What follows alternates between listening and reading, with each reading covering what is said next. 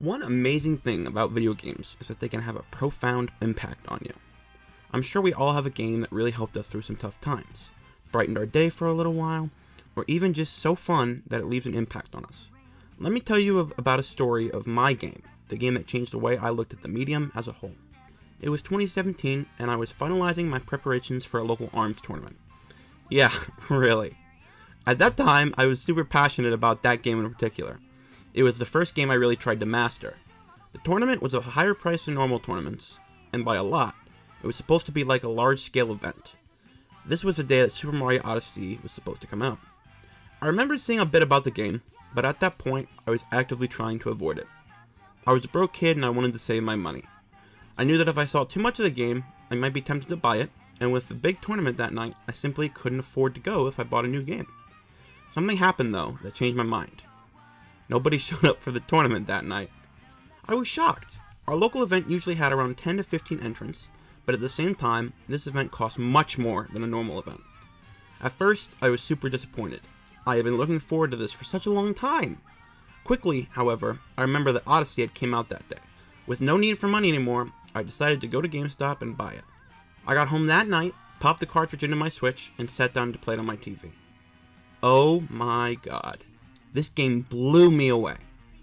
When you boot up the game for the first time, you're introduced to many things. The premise of the game's plot, Mario's flexible and versatile moveset, and the concept of Cappy as a character. At first, the game feels just good to move around in, but once you unlock the capture mechanic, the game is no longer great. It becomes next level. The capture mechanic is simple, yet genius. Throw your hat at an enemy, and become that enemy. Many people have made jokes about what it's like to be a Goomba, walking around and getting stomped on by Mario and his friends. But nobody, and I mean nobody, had this idea. Who would be crazy enough to say, what if you could be the Goomba? Of course, the game would be quite boring if being a Goomba was all there was to it. A Goomba can only do so much, after all. What if, instead of being a Goomba, you were just any and every Mario character? Or rather, you could turn into any Mario enemy. What a genius premise! Puzzles are designed in unique ways in this game as a result. Some puzzles require a certain enemy type to solve, while others don't. Most importantly, however, is that they all feel intuitive. There was no point during my multiple playthroughs where I couldn't figure out what to do. I always knew what had to be done, and then it all came down to my execution of the puzzle. Every capturable creature feels good to play as. Let's take our Goomba example. Goombas have a very, very limited moveset. One thing they can do, in Odyssey at least, is stack on top of each other. There are a few instances in the game where you must capture Goombas, stack them on top of each other, and reach the goal, which is usually a female Goomba. Be careful not to take damage though. It is immediately clear what you have to do now. You just have to execute it. In this case, you have to find the Goomba, stack them high enough, and get to the goal without dying. What I'm trying to say here is that not only is the capture mechanic ingenious, and not only does it feel great and intuitive, but it is core to the game's design. Without the capture mechanic, without Cappy, the game would not be Super Mario Odyssey. That seems very obvious, but I mean it in a more deep way. Odyssey could have had any gimmick, and yet the very one they picked was the only way forward. What do I mean by this? Well, for starters, it served as inspiration for Super Mario Bros. Wonder. Wonder is a game about being absurd and different. Odyssey did this first, though, and executed upon it in a much better way. Wonder took the concept of the absurd and ran with it. Nothing makes sense, everything is as wacky as possible, and it's all intentional. The point of the game rests in its absurdness and its disconnect from preconceived notions. I would argue that Mario Odyssey is the same, but it does so outrageously successfully that it doesn't seem absurd anymore. In what other game before was mind-controlling enemies a normal thing?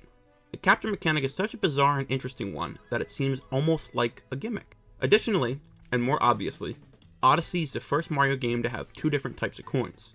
Odyssey has regular coins, the standard gold ones we are all used to, and purple coins, a more scarce and special collectible. Both of these currencies were used to purchase things in the shops in different kingdoms.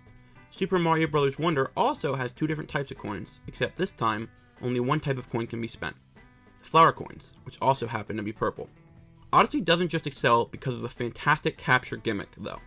As I alluded to earlier, the movement is fantastic, and the deeper you get into it, the more amazing it becomes. Mario can roll, long jump, high jump, triple jump, ground pound, and so much more. Movement is key to a great 3D platformer, But that isn't all Mario has to offer. With Cappy by your side, movement is better than ever. But there's more than Cappy that meets the eye. If you throw Cappy and walk towards him, you realize Mario can actually do a spring jump off of it. The best part about Cappy and Mario's combined movement is this: Cappy dives. You can throw Cappy while mid-air, jump on him to get a boost, throw him again, and then dive onto him. With this, you can practically climb walls as well as cross giant gaps. These techniques were put into the game so that advanced players could discover them and exploit them. As much as Odyssey is a 3D platformer, it is a sandbox game. Another thing I fell in love with in Super Mario Odyssey was the large variety of kingdoms. Oh man! Each kingdom feels amazing to explore, and they are each unique enough from each other that they feel incredibly warranted. Take the Sand Kingdom for example. It is one of the first kingdoms you visit in the game, and I think this was an intentional design choice. The Sand Kingdom is massive. This is great for two reasons. For one, it lets you try out different traversal methods in the game. Because the kingdom is so large, the player is incentivized to figure out how to move as fast and as efficiently as possible. Additionally, the Sand Kingdom introduces you to the scope of the game. Before the Sand Kingdom, the areas you visit are dense, but not very large. Sand Kingdom is not nearly as dense, but has more stuff to do in a much larger area. It shows the player that, hey, this isn't your typical 3D Mario game where you platform around little areas. This is different. This is unique. Mario Odyssey also subverts your expectations by incorporating inventive ideas into the theming of kingdoms. My personal favorite kingdom is the Luncheon Kingdom. This place is themed all around food and cooking. There are giant food clusters everywhere, and fork fellas to meet and greet all over. I particularly like this kingdom because of the colors. When you think of food, you probably think of duller, less vibrant colors. The Luncheon Kingdom is the total opposite of that. There are bright, vibrant colors everywhere. And you know what? It looks great. It's all cohesive, and it doesn't look like a unicorn threw up all over the place. One more satisfying factor of this game are the moons. Many people feel like they are overly abundant and thus feel worse to collect than other collectibles in other collectathons. I would have to disagree with that notion. I love finding moons. Yes, there are a lot of them, but it never feels less satisfying to get them. Take Super Mario 64 for example. In that game, stars are only collected after a mini mission of sorts. The collectible being collected might have a greater impact on you psychologically, but it also comes at the cost of not being as frequent. It is important to have a good balance of frequency to the point where players get enough to feel satisfied, but not too much to make them feel like they are worthless. I think Odyssey does a great job at that. Quite honestly, in comparison with other Mario games, particularly other 3D Mario games, I think Super Mario Odyssey is the best. Super Mario 64 was incredibly innovative at the time, and opened the world up to a whole new genre, that being 3D platformers. But, at the same time, I'm not convinced it holds up as well as many others would believe. It still controls fine for the most part, and the graphics aren't an issue for me, but the game is just not great. Platforming can be frustrating due to less tight controls, and many of the stars feel tedious and monotonous to me. Sunshine is not many people's favorite, and personally, I find it worse than 64. FLUDD is a fine gimmick, but he is just that, a gimmick. The way the levels are structured in Sunshine are just kind of bad. I don't know how else to explain it other than saying that they feel restricting and unfun. It also pains me that things have to be completed in a certain order. This is more excusable with older games, but even Super Mario 64 knew that was a bad idea. As for the Galaxy games, well, I've only played the first one, and I need to replay it at that. I really enjoyed my time with Galaxy 1, but I feel like it didn't wow me as much as Odyssey did. I blame this in part due to where I was in my life when I played both games. Galaxy 1 and 2 are expertly designed, and being in space while getting to control a tight and responsive Mario feels amazing. Honestly, I wouldn't blame you if you preferred these games to Odyssey. Super Mario 3D World and 3D Land are also super similar, so I'll group these in together as well. These games expertly blend 2D and 3D Mario together in a way that is unheard of, and largely unthought of at the time. While I can't say I'm the biggest fan of these games, I will admit quality when I see it. I don't really have anything to nitpick with these two, they just simply aren't my thing. Lastly, we have Bowser's Fury. Bowser's Fury is a much more compact Mario experience.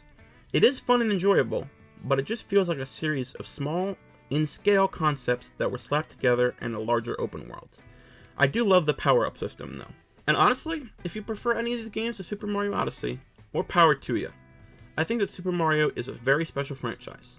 Not just because the games are largely quality, but because they can so easily connect with a person and create great memories that last a lifetime.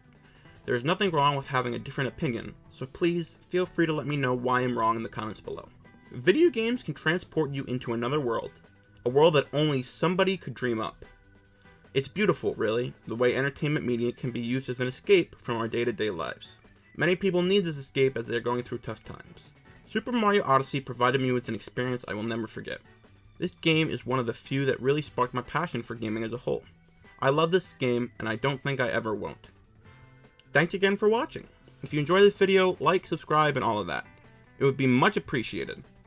Let me know down below what your favorite Mario game is, 2D or 3D. Until next time, see you later.